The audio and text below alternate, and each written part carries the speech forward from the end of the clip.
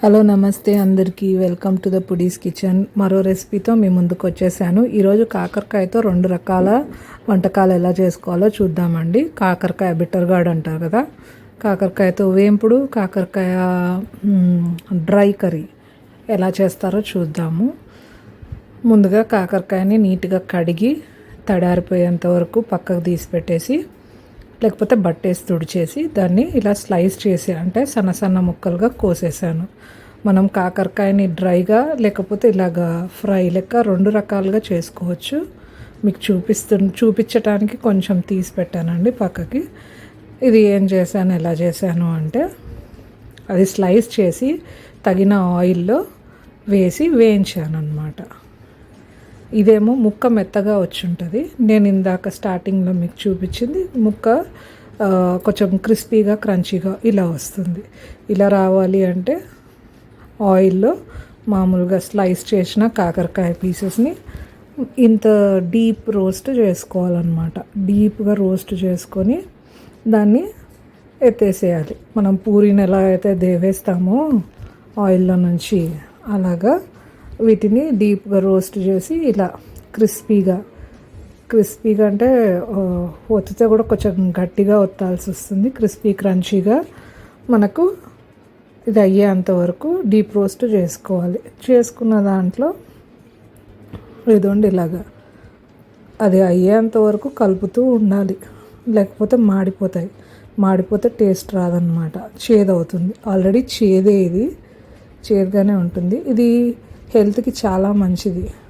So ఇలా వేయించినాక ఆయిల్లో ఏం మసాలా వేయలేదు కాబట్టి దాన్ని ఇలా నేను సపరేట్ చేసేసాను. ఆయిల్ని వేరే వంటకానికి ఎలా వాడుకోవచ్చో కూడా చెప్తున్నాను. ఇది ఒక టిప్ లెక్క తీసుకోండి. ఆయిల్ని ఇలా స్ట్రెయిన్ చేసేసాను. వడగడితే అందులో కాకరకాయ వేయించినాక మనకి అడుగులో పడ్డ ఏదైతే ఎక్స్ట్రాగా అడుగులో మిగిలిపోయింది అదేమి మనము సపరేట్ గిన్నెలోకి తీసినప్పుడు వడగట్టి తీసేయచ్చు. ఇప్పుడు అదే ఆయిల్ని నేను చపాతీ పైన రాయటానికి, చపాతీ పైన ఆయిల్ పోస్తాం కదా, అప్లై చేస్తాం కదా, ఆ విధంగా నేను ఇక్కడ చపాతీ చేసుకోవడానికి అదే ఆయిల్ని, కాకరకాయ వేయించిన ఆయిల్నే వాడానండి. సో ఇదొక టిప్. ఇది ఇంకోటి, నేను పెడుతున్న ప్రతి వంటకము నాకన్నా బాగా చేసేవాళ్ళు ఉంటారు. ఏదో నా చిన్న ప్రయత్నము, నాలాగా ఒకప్పుడు నేను నేర్చుకున్నట్టుగా నేర్చుకుంటున్న వాళ్ళు కూడా ఉంటారు. వాళ్ళ కోసం ఈ రెసిపీస్ పెడుతున్నానండి.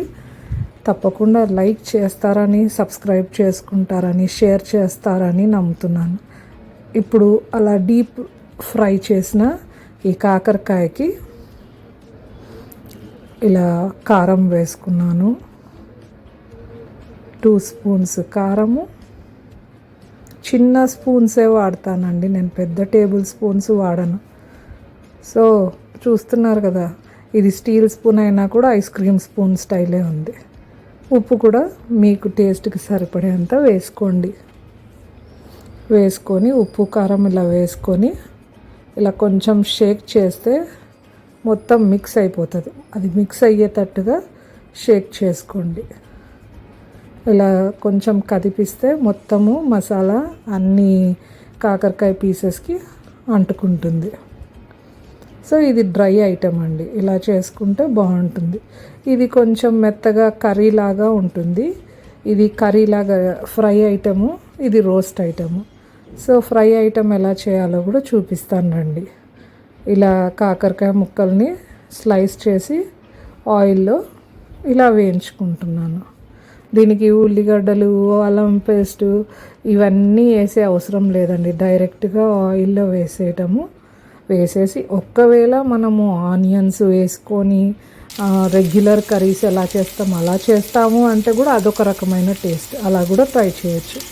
ఇక్కడ నేనైతే సింపుల్గా చేస్తున్నాను. కాకరకాయ కడాయిలో ఆయిల్లో వేయించుతున్నాను అన్నమాట. ఆయిల్ వేడెక్కాక అందులో వేసుకొని వేయించుతున్నాను. దాంట్లో ఉప్పు, కారం, పసుపు, ధనియాల పొడి నాకు తగ్గ మోస్తారులో, నేను ఇంట్లో ఎంత కారం ఎంత ఉప్పు తింటారో మీకు తెలిసి ఉంటుంది కదా. దాని ప్రకారం వేసుకున్నాను. మేము నలుగురికి చేస్తున్నానండి, ఇది నలుగురికి సరిపడే రకంగా చేస్తున్నాను. సో నేను తీసుకున్న క్వాంటిటీ చూస్తున్నారు కదా, నేను యూజ్ చేసే స్పూన్స్ కూడా మీకు ఐడియా ఉంది. సో ఇలా కలిపేసి బాగా, అల్లం వెల్లుల్లి పేస్ట్ నేను వేయలేదు, ఆవాలు జీలకర్ర వేయలేదు, మెంతులు వేయలేదు, ఓన్లీ సింపుల్గా చేశాను, ఆనియన్స్ వేయలేదు. ఇక్కడ మాత్రం వెల్లుల్లిపాయలు తెలుసు కదా, అవి ఒక 10, సుమారుగా ఒక 10 తీసుకున్నామండి. వాటిని వెల్లుల్లిపాయల్ని ఒక 10 తీసుకొని వాటిని కచ్చాపక్కగా దంచి దాన్ని ఇలా వేసేసాను టేస్ట్ కోసం. ఇదే యాక్చువల్లీ ఫ్లేవర్ యాడ్ చేస్తుంది అనమాట ఈ రెసిపీలో. ఈ వెల్లుల్లిపాయ కచ్చాపక్కగా దంచింది వేసుకున్నప్పుడు దీనికి ఫ్లేవర్ ఇదే యాడ్ చేస్తుంది. ప్లస్ దీంట్లో కొంచెము డ్రై కోకోనట్ అంటే ఎండు కొబ్బరి పొడిలాగా తురుములాగా పెట్టుకొని ఉంటే మీ దగ్గర ఉంటే ఇంట్లో అది కూడా పైన చల్లుకోవచ్చు. చూసారా మెత్తగా ఎంత బాగా ఉడికిపోయిందో. మగ్గించి మూత పెట్టి మగ్గిస్తే ఆ రెసిపీ రెడీ. సో తప్పకుండా లైక్ చేసి షేర్ చేసి subscribe to the Pudi's kitchen. Thank you.